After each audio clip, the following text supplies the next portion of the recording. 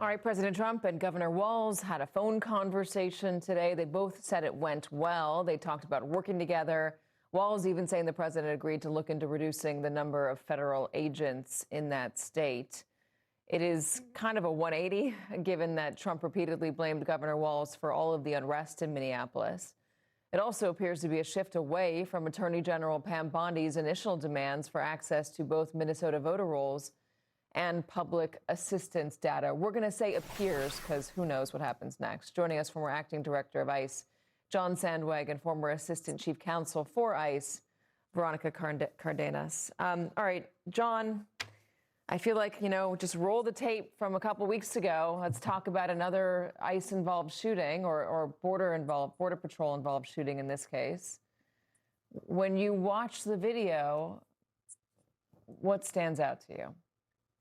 Well, Katy, I think, first of all, just that distinction right there is critically important. That strikes me as a very important part of this story. Although it can seem technical, the difference between ICE and Border Patrol agents, it is not technical in terms of the difference in their training. The Border Patrol agents are trained at a different academy than ICE agents. They're trained for a completely different operating environment.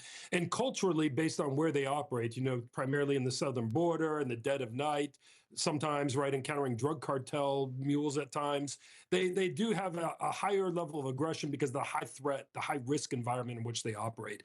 A thing that has concerned me since day one and concerned other former ICE officials I've been talking to is this idea of pulling Border Patrol agents up off the border and putting them in an urban environment where now they're confronting protesters exercising their First Amendment rights, something that they just are not experienced with and certainly had very limited training about. You just don't encounter that at the border. And Katy, what strikes me is that aggression we saw with which prior to the actual shooting. Now, there needs to be an investigation, but there's no question in my mind when you look at the events leading up to the moments before the shot, you do see a very high degree of aggressiveness by these agents in dealing with these protesters. And that just reinforces for me those concerns I've had since day one about use of Border Patrol agents. What is the deal with that woman being shoved in that way? Yeah. And then the pepper spray being brought out so quickly. Is there any scenario where a shove like that is justified?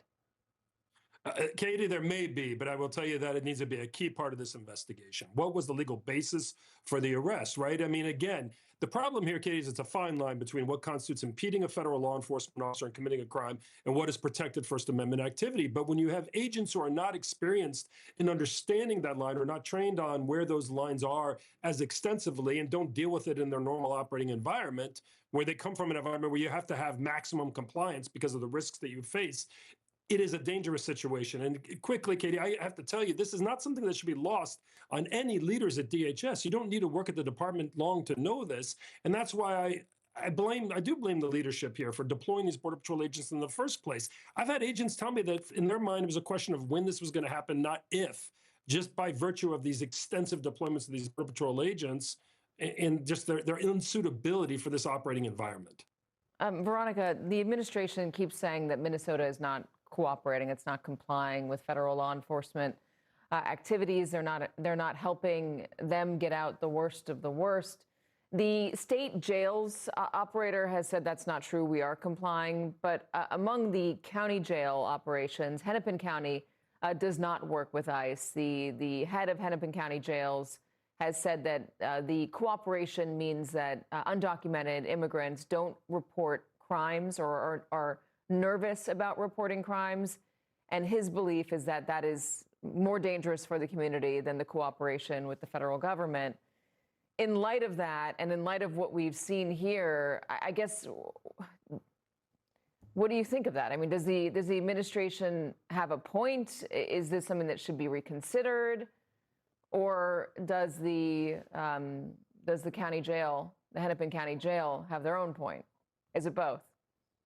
I think that when we're looking at these investigations, when we're looking at this enforcement, there is always more success when state and local officials can cooperate with ICE or with CBP or with just DHS.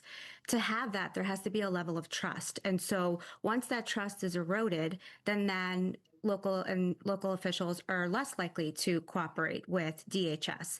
And we're seeing that, and that trust has eroded over time. We have seen that this administration has promised, right, the worst of the worst, but when you look at the numbers of who is actually being detained, it tells a different story. There are people that do not have any crimes, people who are showing up and abiding by the process that this administration and just immigration laws in general have told people that they have to go through. And so in this situation, because of where we are now, because of the shift that we've seen, CBP moving from the border into the interior, from ICE now, patrolling and having jurisdiction now over citizens who are observers, who are protesting, I would say that the local officials have every right to not trust this administration. Well, let's bring in former Director of ICE, Sarah Saldana, to the conversation as well. Sarah, one of the things that kind of gets lost in this conversation is immigration reform, period, congressional immigration reform. And you can do all these ICE operations in the interior, but ultimately what is most necessary is Congress to step in and to get an agreement in place for how to deal with folks. President Trump said early on that he wanted his immigration policy to have heart. We have not seen that heart that he claimed to want to have here. Is there a way for Congress to step in and to fix this? Oh my, Katy, you don't ask for much, do you? I'm afraid that this is an extraordinary time right now that does cry out for this. I'm so glad you brought it up. I speak about this quite often, and that is one of the reasons we have this friction between the community and ICE is because when the administration changes, the priorities and the goals of the mission change. The mission is still valid. It's still important to the national security of the country, but unfortunately, when you have such a dramatic swing as you did with the Trump administration's pretty much take everybody, low-hanging fruit, criminals, take anybody you encounter, and go find anybody, try to manufacture encounters in any event, even on the street, then you have this tremendous problem of where, you don't meet our values. You don't meet what we believe is important in immigration enforcement. So, yes, if we could have that Gang of Eight back, if we could have somebody who says there are areas where we can agree, and it is not essential that we pick up every person that has some kind of entry that is not in compliance with the law, and instead prioritize and use money well. Just because Congress has authorized you billions and billions of dollars, I thought I had a lot with $6 billion and 20,000 employees when I was there. But now we've got this extraordinary price tag, 60, 70 billion, and it is not, this effort does not require that.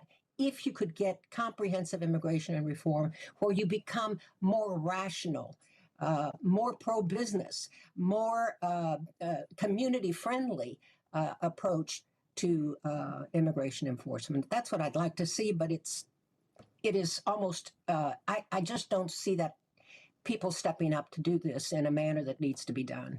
I guess what's the reason for that? Because, I mean, I've heard depressing things over the years. One of the most depressing thing I've heard from a government official, and this was a high-ranking one, was that on the subject of immigration, it's never going to get solved because it's too good of a political issue. And they say this on both sides. It's too good of a political issue to run on, to campaign on. It's effective, it's motivating, it gets people out. And solving it, actually having a solution and having immigration reform and less chaos is just not good. Not good for people who want to run for office. Have you heard that? I'm Do you afraid agree with that? Yes, I do. And I do look at both sides and their responsibility and participation in not moving the ball here. You've really hit on it when you say that we really need to get both sides to the table to talk about these issues. But we have become so entrenched as the American public in not solving, not requiring our elected officials to solve this problem, to come to the table, to consider the American public first before your own political interests. You've got the senator in Texas, John Cornyn, who has supported me in the past with respect to becoming U.S. attorney, and then a director of ICE, at least introducing me to the Senate committee when I was nominated. But I just, how can he risk looking at all fairly at the question of whether we allow some immigrants to stay in this country and work towards perhaps even possibly citizenship? It doesn't have to be, but as a possibility, I just don't see that happening as much as I respect Senator Cornyn. Just a couple weeks ago, the president was sitting down with the New York Times, and he was talking about wanting comprehensive immigration reform. Usually when you're talking about comprehensive immigration reform, it does include a pathway to citizenship. In fact, Veronica, there was a bill about a year and a half ago, a bipartisan bill in Congress, and was believed to be conservative leaning, that Veronica, the president, called a bunch of Republican lawmakers, senators, and harpooned it, torpedoed it, because he wanted to campaign on it. He said, let me be the one that fixes this, and yet we haven't seen any movement on it. That's true. And it's really sad, like, if we can't even agree on like a base, right? So there was the for DACA recipients, or the childhood people who came here as children, to at least extend some type of legal pathway for children who came here, who've studied here, who've made their lives here. That has been introduced many times, and that has been rejected many times. And so if we can't even come to the middle of, okay, maybe there are certain people that deserve to at least have a pathway, let's give that to them. There is no middle ground anymore. We are standing on opposite sides of the spectrum. We don't even have the same regard for human life as we're seeing in these protests with these killings, the way that we're talking about our fellow Americans. There's so much that has been deteriorated because of this immigration issue. And it would be great if both sides can start to look at this, because it's not just an immigration issue anymore. It's affecting American citizens every day. Yeah, certainly. Sarah, John, Veronica, thank you guys for joining us. We've had the three of you on together multiple times now, and I just find them to be such important and essential conversations in these moments. So thank you again for your time.